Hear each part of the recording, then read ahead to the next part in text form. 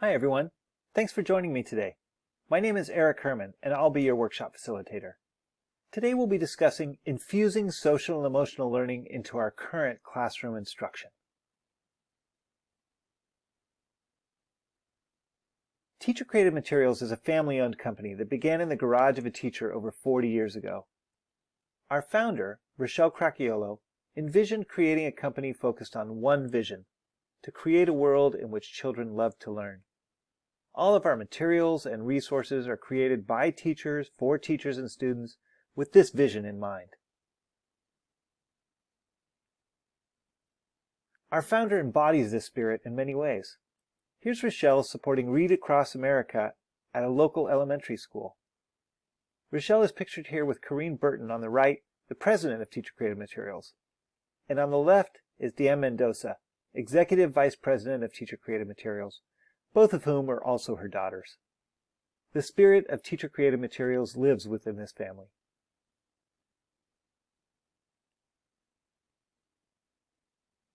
Today, we'll be working on identifying ways to incorporate social-emotional learning throughout the instructional day.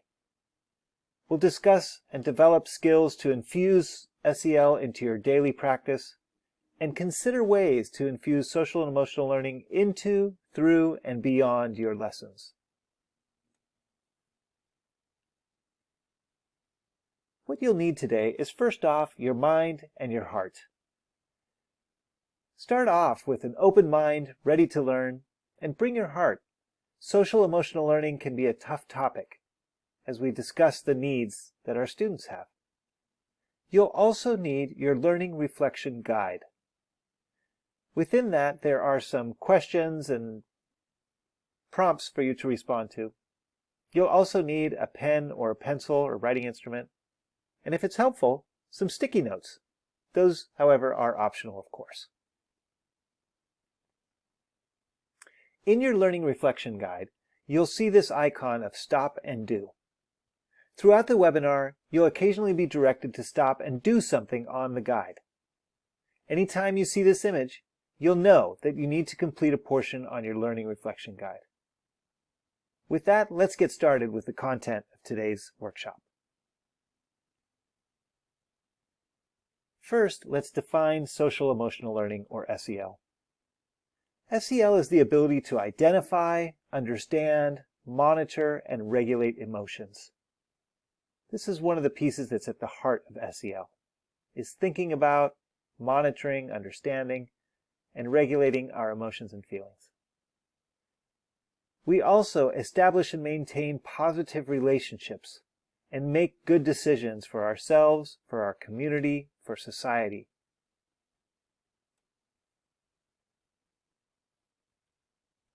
The Collaborative for Academic Social and Emotional Learning, or CASEL, developed these 5 competencies over 20 years ago. They are self-awareness, self-management, social awareness, relationship skills, and responsible decision-making. These competencies can be taught to students, as well as some skills that go along with them, so that students can be the best people that they can possibly be. They can be successful, they can learn in a variety of environments, they can learn from a variety of people, they can engage in differing situations.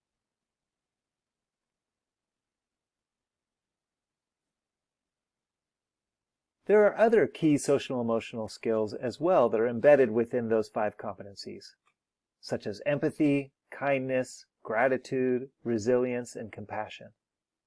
All of these skills are helpful for students and will help them be more successful in their lives and indeed be happier as well. Research has shown that many of these skills, such as gratitude and kindness, increase life satisfaction and happiness overall. As students are resilient, they can confront difficult situations in their lives. They can confront difficult topics in society and work through them to create a better world. Let's look first at social emotional learning as a way of being. It all starts with you. We have to model and bring in social emotional learning every day. We have to focus on it as a tool that we can utilize in the classroom. For some of us, it comes very naturally. For others, there are specific aspects that we might need to think about a little bit more. It's the same for our students. For some of our students, they may be self-aware coming into the door. Others, we might need to teach self-awareness a little bit more deeply and teach the skills that go with it. In either case, we can both model social emotional learning and teach our students about social emotional learning explicitly so that they can practice it in their own lives. One of the aspects of a way of being is, as mentioned, teach, practice, and apply social and emotional skills. The difference is, it's not a one and done. We're not advocating for a one-shot lesson that takes place at some point during the day for 10 or 15 minutes, and then we forget about it the rest of the time. But rather, we're demonstrating social and emotional skills throughout the day, in all of our content areas. We're demonstrating it in the subject areas that we're teaching. We're demonstrating the social emotional competencies in the hallways if we're in the physical school. We demonstrate them at home in the virtual learning environment.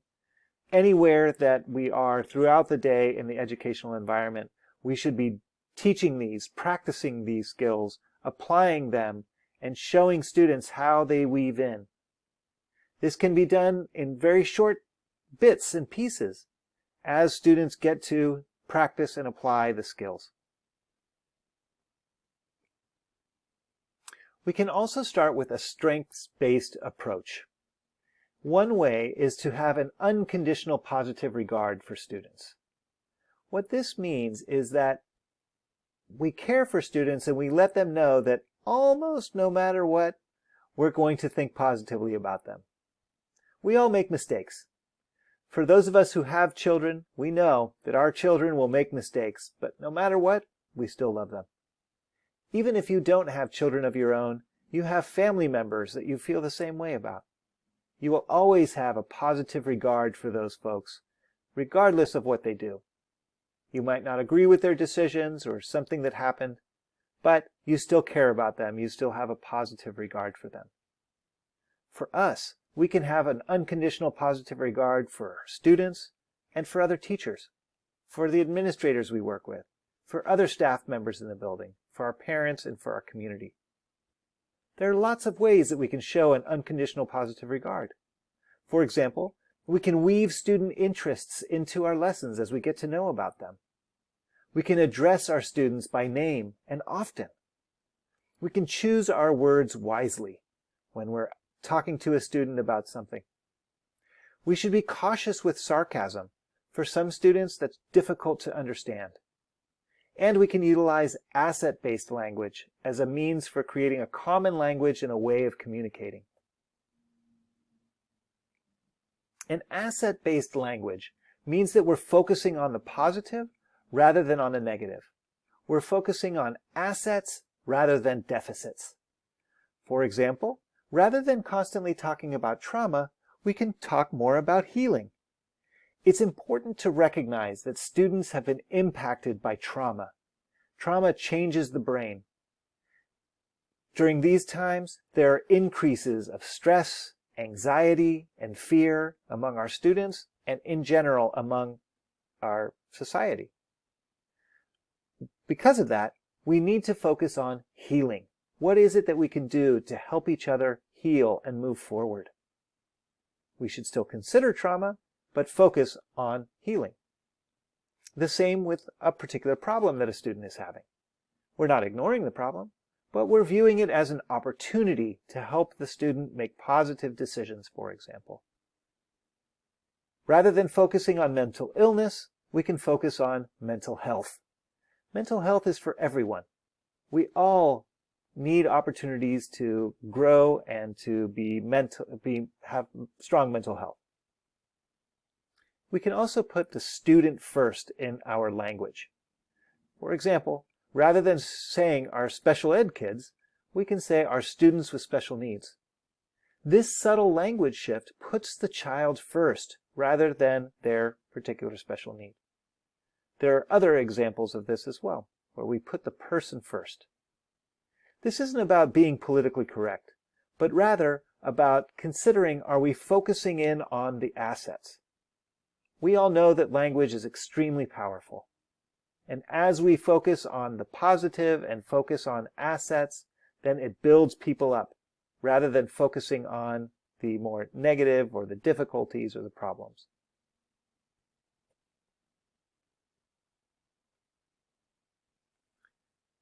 In your learning reflection guide, take a moment to answer these questions. How have you incorporated social emotional learning into your instruction thus far? Have you demonstrated an unconditional positive regard? How so? And what language of asset do you already use? Do you feel that you have any shifts that you need to make in the language use? Take a moment, pause this webinar, and complete those questions.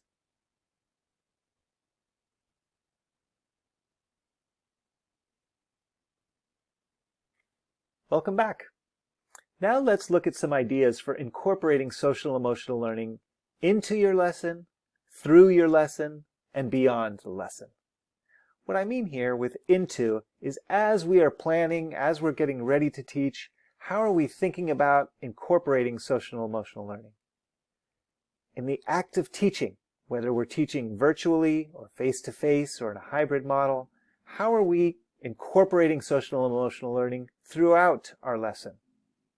And what are we doing to build social emotional learning beyond our lesson? Let's take a look at some ideas. For infusing social emotional learning into our lesson, we can start with thinking about planning. How are we planning to build in SEL into our lessons on a daily basis? How are we starting out the year with a focus on social emotional learning? Or how are we starting a particular unit of study with a focus on social emotional learning? How are we bringing it into the day, or starting the day with it, or starting a lesson during the day with the focus on social emotional learning?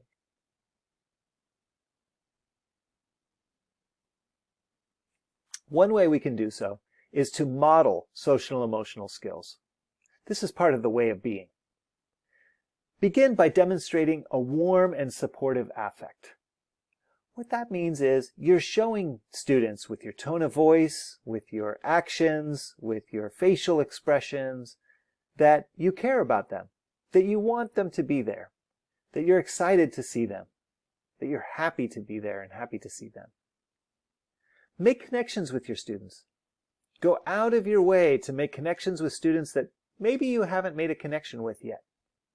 Look for those students that you already feel strongly connected to and those ones that you don't have as strong a connection. Look for opportunities to make connections with each of your students. Notice, note, and act. We'll talk a little bit more about this in the coming minutes.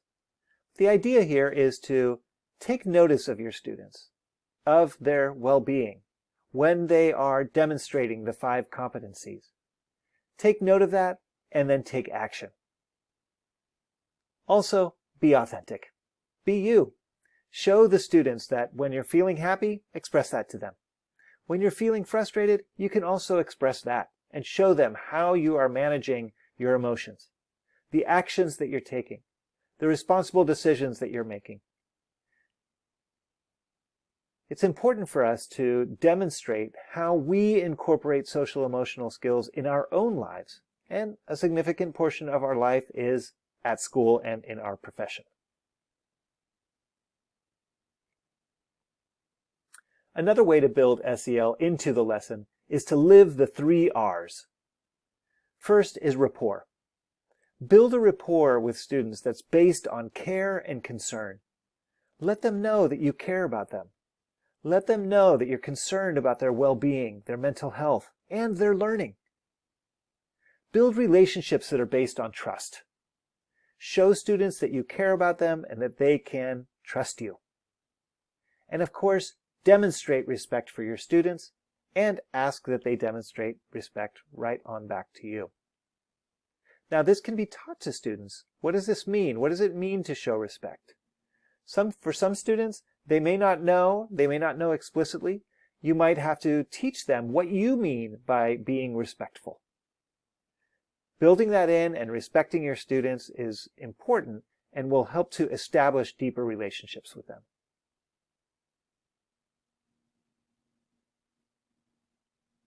Of course, show kindness every day.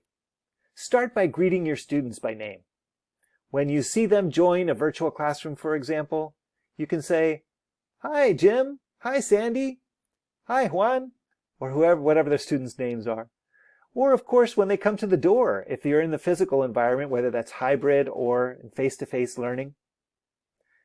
You can greet students at the door, say hi, ask them a quick question, and smile.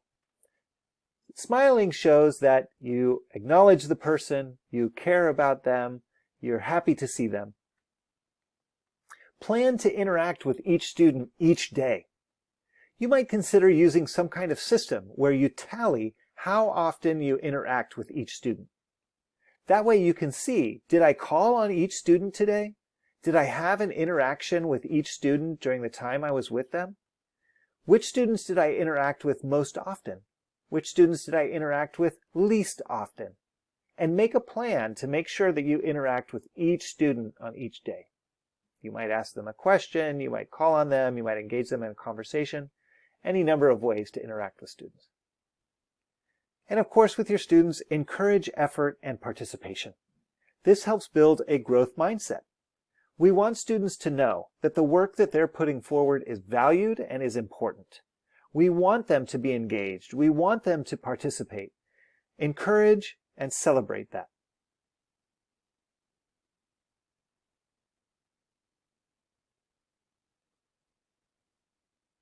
Then, notice, note, and act. Pay attention to your students. Notice their emotional states. Now, you can notice both when they're happy or excited, or when they're upset or sad or angry. Then, take note of that and act upon it. It might be a quick compliment, such as, "Hey, I see that you're so excited today. What's going on?" Or, "Hey, I noticed you're wearing a new shirt today." Or you might say, "Is something going on? You seem a little bit upset. Were you able to get a good night's sleep last night? You seem tired." Pay attention, take note, and then act on it, whether that's in a public conversation or a private one. Compliment your students when possible. Often I think about how can I compliment the student that has behavioral challenges, for example, or that I don't always find opportunities to compliment. Then look for opportunities for those students where you can pay them a compliment. And of course, include everyone. And just as before, you might have a system where you tally. Did I include everyone? Did I pay attention to their emotional states? Did I compliment each student today in some way? If not, make a plan to change your actions just a little bit. And of course, be authentic. It's important for you to understand and your students to understand that it's okay to have feelings. Sometimes we are very happy, we're excited, we're feeling great. Other times we're feeling a little bit sad, we're feeling stressed, we're feeling a little bit anxious. All feelings have value. All feelings are okay. You can teach students that some feelings are comfortable and feel good, and others are a little bit uncomfortable. You can share when you're feeling both comfortable or uncomfortable emotions with your students. Share your thoughts and emotions in an authentic way, and model self-awareness and social awareness. Model self-management and relationship skills, and model responsible decision-making for them. You can point it out when these aspects are evident.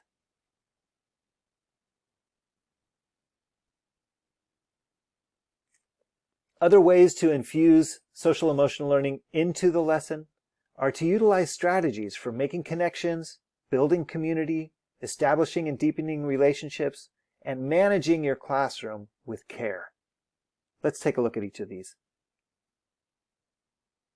To make connections with students, and for students to make connections with each other, you might utilize a morning meeting or a team huddle or a time during the class period where you're setting up the day for success. You're setting the tone for the day. You might address important topics or issues.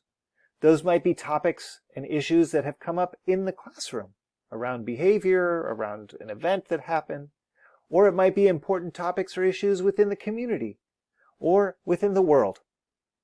You can also develop and share behavioral objectives here, the kinds of actions and behavior that you would like to see within your students during the lesson. This can also be a great time to teach social skills.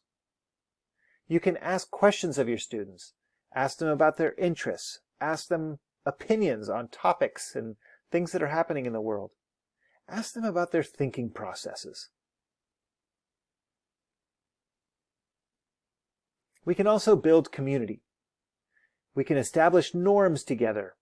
How are we going to act together? How are we going to treat each other in this classroom? As students establish norms together, it builds motivation and it builds buy-in. We can use collaborative learning strategies as well and have students work together. Collaboration is a critical 21st century skill. Just as we are expected to collaborate on lessons, on student achievement, we can also ask our students to collaborate on learning the content that they're studying. And we can teach and encourage differing perspectives. We want our students to be able to share divergent thinking, to share new ideas that they're learning, to share their own cultural perspectives, which are sometimes quite different from our own, and create a learning environment that's welcoming and allows for students to share different perspectives, to hear and learn different perspectives. Take a moment and in your learning reflection guide, jot down what concepts and strategies you already have in place for infusing social and emotional learning into a lesson. What concepts and strategies presented today will you begin to incorporate? Pause now and jot down your ideas.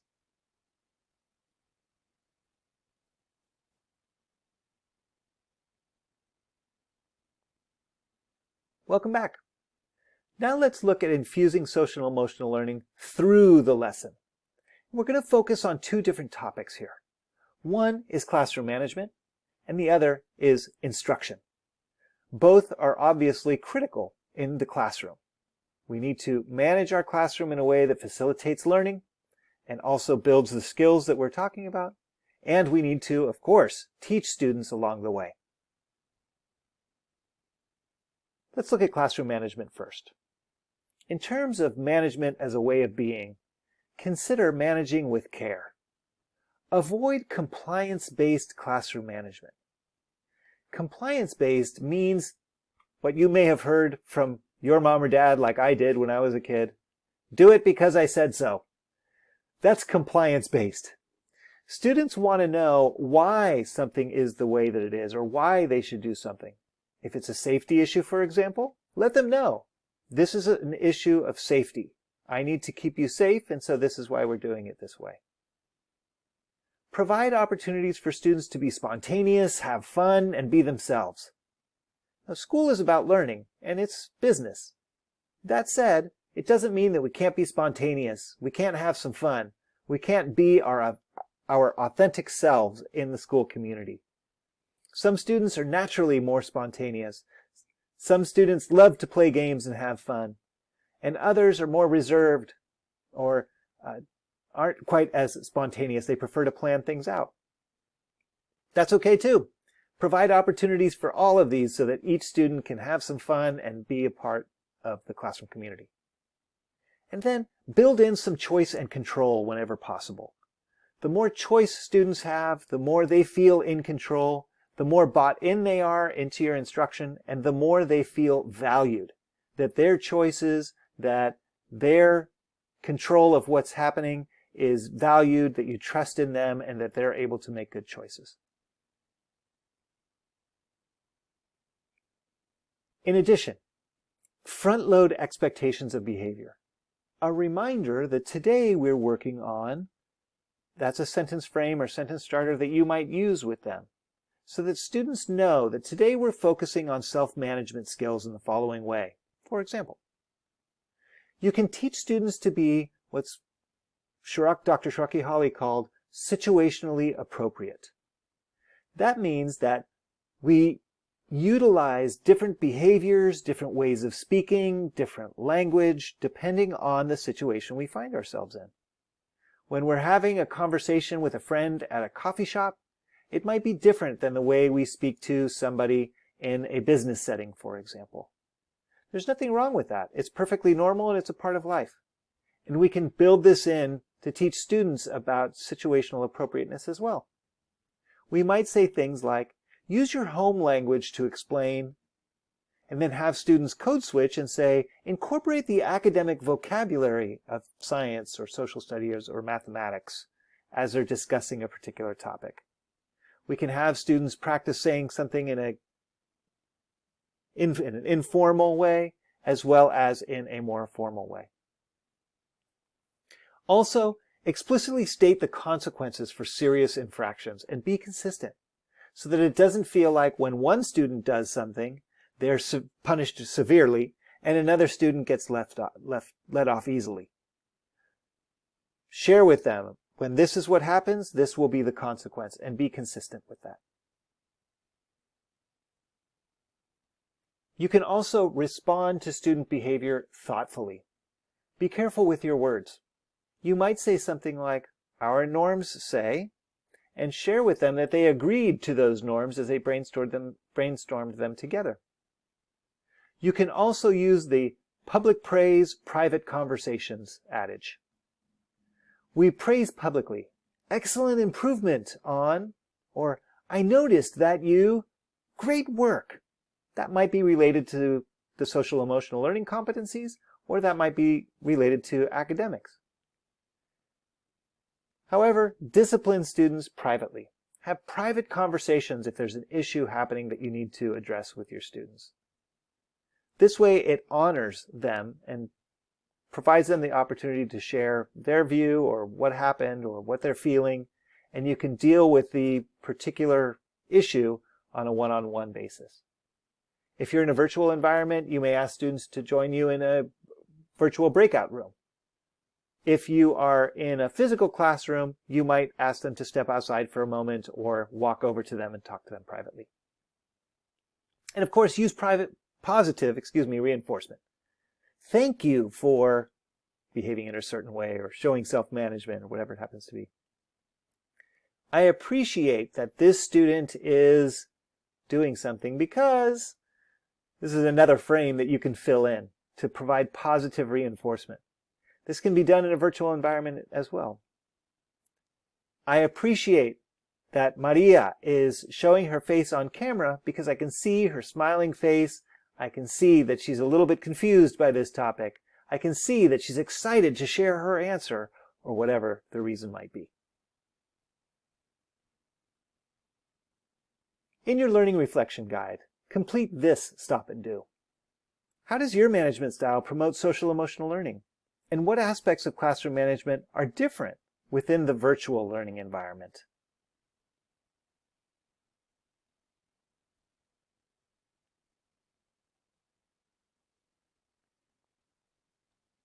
Throughout the lesson, we should also reinforce social emotional skills. We can provide practice and application opportunities for those 5 competencies.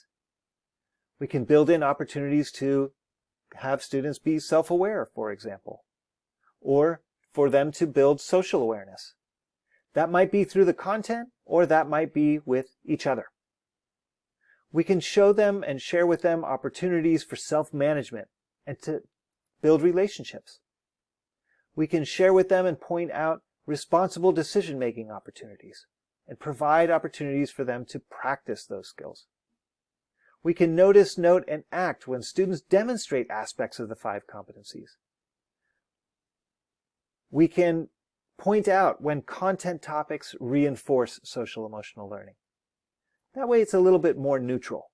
It's not always specifically about them, but rather that everyone in the world uses these competencies. We can also teach metacognition. Metacognition is what people often say is thinking about thinking, but it's also consciously monitoring our thinking. To build in metacognition, we can do things like ask questions of students, such as, why do you think so? Or how do you know? Or how did you arrive at that conclusion? All of these are asking the students to articulate what their thinking process was. This helps them arrive at self-awareness, and self-awareness in terms of the learning process, not only their emotions and feelings.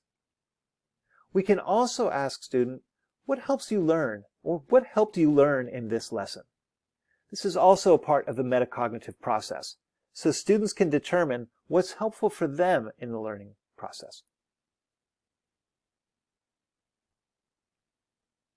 We can also promote dialogue throughout our lesson to build social emotional skills. Of course, learning is a social endeavor, and we can begin by asking open-ended questions of our students. For example, we might ask them, what are some reasons for, or how did you feel about, or perhaps, what would make this thing better? How so? We can also mix and match and say, why do you think so? We can also provide frequent interaction opportunities for our students. Because learning is social, they'll need opportunities to process the information that they're learning. For example, you might say, turn to a partner and discuss. Now, if we're in the virtual environment, they can't just turn their body and talk to someone. So we might have to do this in a breakout room, for example. We might have them send a message via the chat or via an email to someone else in the group or a small group. We can ask them if they have the opportunity to utilize a telephone and make a call to someone and have a conversation. That might be off school hours, but the idea is provide opportunities for them to interact and talk with each other.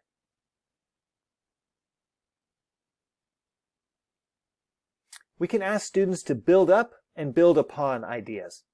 When they're working together in a collaborative group, they can consider the ideas that they've put forth and build those ideas up or build upon them. So they might say things like, well, what if we added, or what would happen if we changed, or we could also, then they're taking an idea and adding to it. We can also teach and use listening skills. We can say to the students, while I'm reading this book, listen for these vocabulary words that we've been focusing on. Or listen to how the character explains. We might say to the students, when you hear the words, that will tell you that. We might explain to them some cause and effect words or some compare and contrast words that they can listen for. But we should also use listening skills in the classroom. Listen to our students and what they're saying and respond accordingly. We can also teach collaboration throughout our lesson. Provide opportunities that allow students to experience positive interdependence, but with individual accountability. Promote and celebrate the success of other people in the classroom. Apply social skills, and process progress and problems as a group. This can be done virtually in breakout rooms, or it can be done in face-to-face environments. Positive interdependence refers to the notion that each student must contribute to achieve a specific goal or assignment. So students might add differing pieces. Each student might work on a different section, for example. Students might need to add different words or phrases. One student might add some sketches to the text, or to the assignment, or to the project. In any case, the idea is one student cannot complete the entire project, but rather they need everyone else's contributions. Team members can be assigned roles for the tasks. You might have an encourager, an apps or materials manager, an artistic director, a reporter, a writer, a team leader. That way students know what their role is in this particular task, and that role is needed to complete the task. Throughout the school year, students can try out different tasks and roles and decide which one makes most sense for them or that they liked the best, which one was easy for them, which one was difficult for them. And then each student is held accountable for their individual contribution. That way, again, it's not that one person can do the entire thing, but rather each individual has to contribute and is held accountable for the contribution that they made.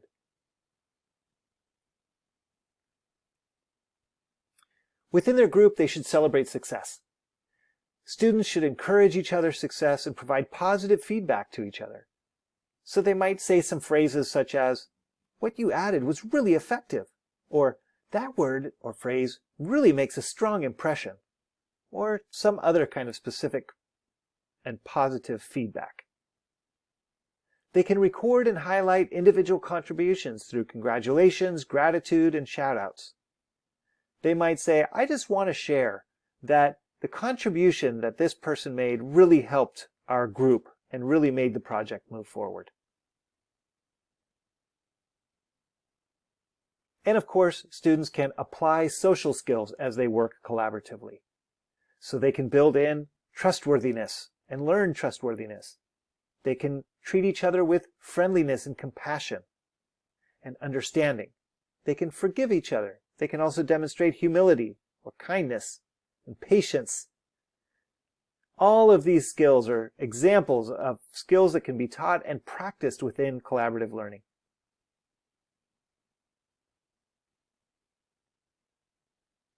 Then students can process as a group. Through collaborative learning opportunities, they should consider, what have been our successes? What have been our issues? And what are our next steps? For example, they might say, "This part turned out really nice," or "Based on the rubric, we did great on a particular section." Or they might look at issues that still need to be addressed.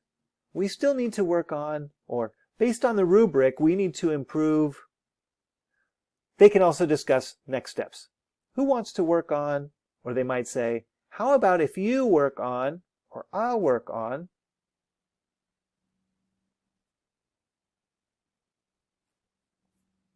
Take a moment now to pause the webinar and in your learning reflection guide, discuss what adjustments you'll make to your current instruction to build SEL through instruction and classroom management.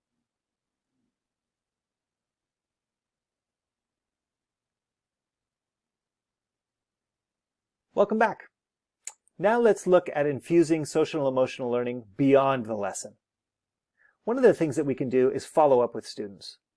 Remember the notice, note, and act. Sometimes we have to take action outside of the classroom or during a time when students are working independently. We can also build and strengthen relationships in a variety of ways. And very importantly, we should practice self-care so that we are ready to continue to build in social and emotional learning, both for the benefit of ourselves, but as well as, of course, the benefit of our students.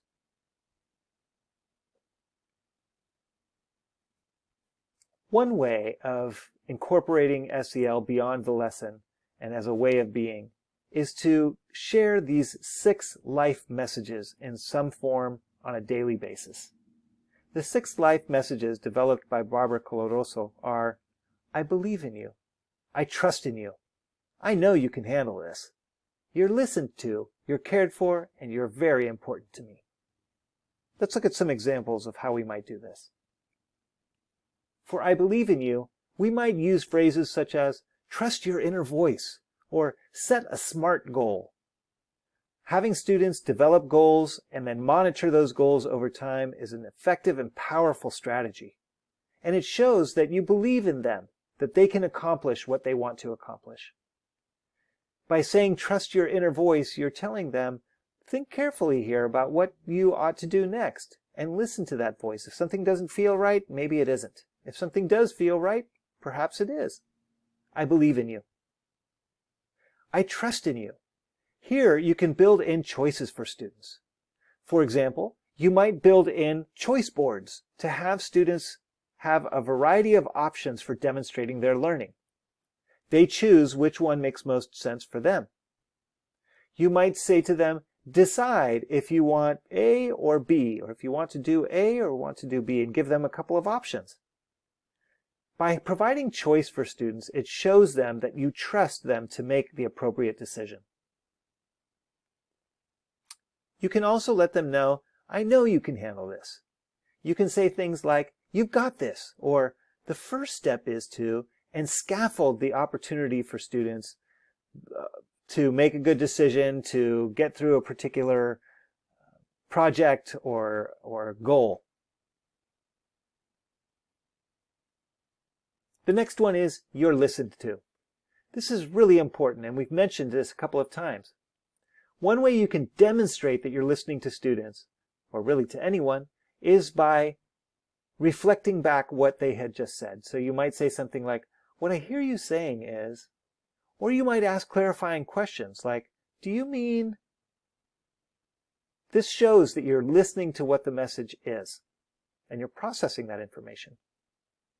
We also want students to know that they're cared for. You can say things like, "I've got your back," or "I'm here for you," and then demonstrate that. Provide opportunities for students to come and talk to you at specific times during the day. That doesn't mean that you have to be available 24/7. We need to have personal lives also. But show the students that when they need to talk to you, you're willing to listen, that you want to listen, you care about them. And share with them, "You're very important to me."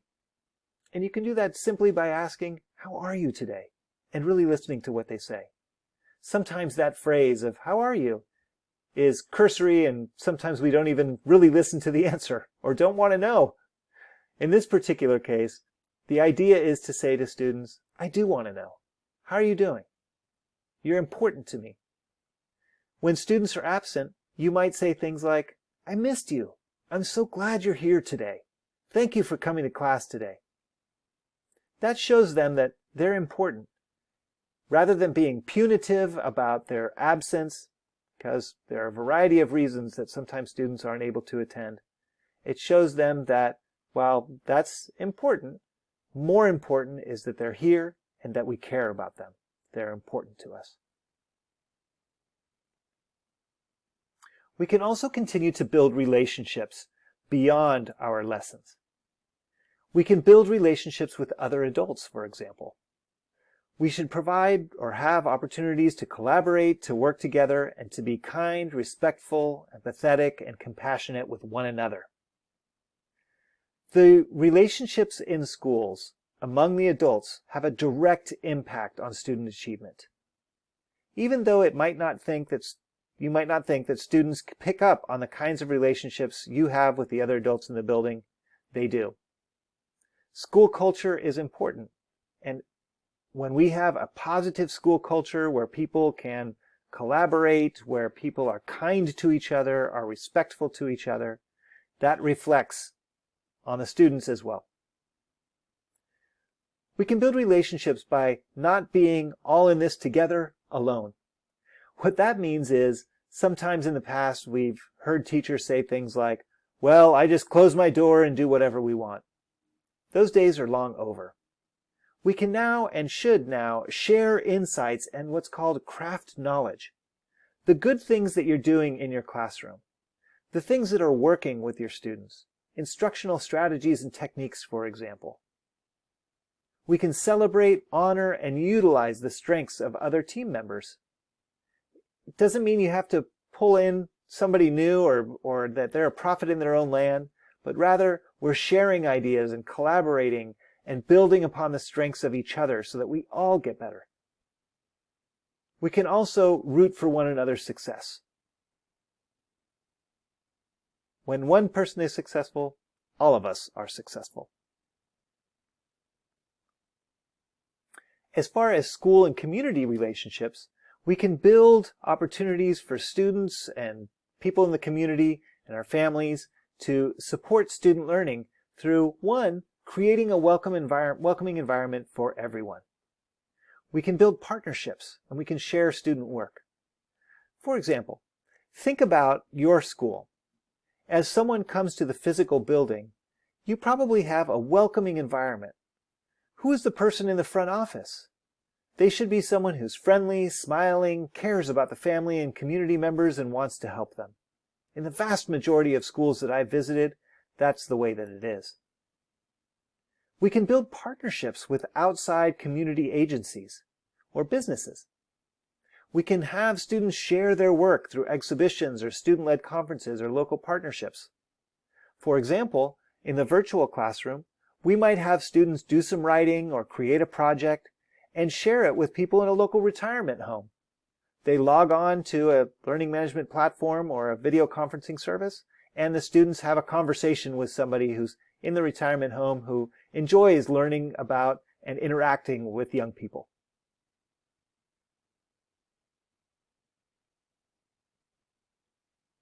We also should practice self-care. We cannot care for others if we do not care for ourselves. As mentioned at the beginning of this webinar, right now there's increases in stress, in anxiety, in fear. There's a lot going on in our world. We have to care for ourselves so that we can care for our students. We're not going to be able to continue our job if we run ourselves ragged or burn ourselves out. We have to provide opportunities to care for ourselves so that we can continue to do this vital and important work. Compassion fatigue is real. What that relates to is hearing the stories of the difficulties that our students are facing. There are lots of life challenges in the world right now, and as students share those with us, it's difficult sometimes to hear and to take on. Now, while we want to have compassion for our students, we also want to provide opportunities for us to care for ourselves. When we have opportunities for self-care and social care, that helps us to be healthier human beings. There are lots of opportunities for self-care. You can do social or self-care with a Wellness Wednesday, for example. And that might be a staff social hour, where people get together to chat, to have conversations, just to socialize. You might have the opportunity to have a counselor in your building and have a coffee chat or collaborative care with the counselor. This is a time when the counselor gets together, similar to the social hour, but as a professional can share ideas around mental health, strategies for staying healthy, etc. It's a chance for teachers to share things that are going well or some issues that they might be having that they might want to share with someone. You can provide opportunities for walking the track outside, for example, or walking around the gym, or just walking through the hallways with a partner or with a couple of people to socialize a little bit and to get some exercise. Perhaps someone in your school is interested in yoga and mindfulness and can share some strategies with the staff. This can be done virtually, of course, or face-to-face. Then there are many community-based services that teachers can access as well. Some districts provide an opportunity for you to see a mental health professional, for example, for a certain number of sessions. Don't be afraid to access those and don't be embarrassed by it. Sadly, there's been a stigma in our society around mental health and this notion that if you go and see a counselor that there's something wrong. Well, we go and see a doctor when we have some sort of issue going on. We go and see the dentist on a regular basis to get our teeth cleaned and to get them checked up. The same thing can be said of a mental health provider. It's an opportunity for us to clarify questions that we have, to gain insights, etc. And there shouldn't be a stigma attached to that. Take advantage of those services. Take a moment now, pause the webinar, and go to your Learning Reflection Guide. What strategies will you utilize to relay the 6 life messages, to build relationships, and to incorporate self-care strategies in your life?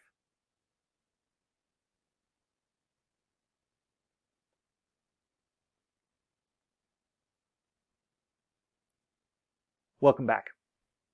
Today we met our goals. We looked at and identified ways to incorporate social emotional learning throughout the instructional day. We developed a variety of skills to infuse social emotional learning into our daily practice and considered ways to infuse SEL into, through, and beyond our lessons.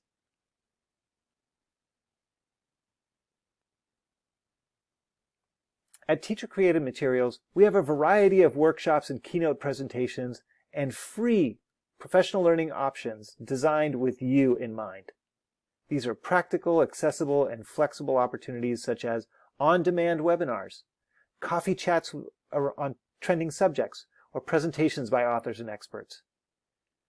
Check back at the link you see on the slide, go.tcmpub.com/pd-info, for an updated list of topics and formats that support your professional learning journey. We're working hard to support you wherever you're teaching, today and in the future. please come and visit us at tcmpub.com. With that, I want to thank you so much for your time today. As a company founded and run by teachers, we know your time is valuable. We appreciate you spending some of that time with us and hope that this training will help you to be successful in infusing social and emotional learning throughout the instructional day as a powerful tool to support students' well-being and learning. If you have additional questions, you can contact us by email at professional_learning@tcmpub.com or call the number you see on the slide.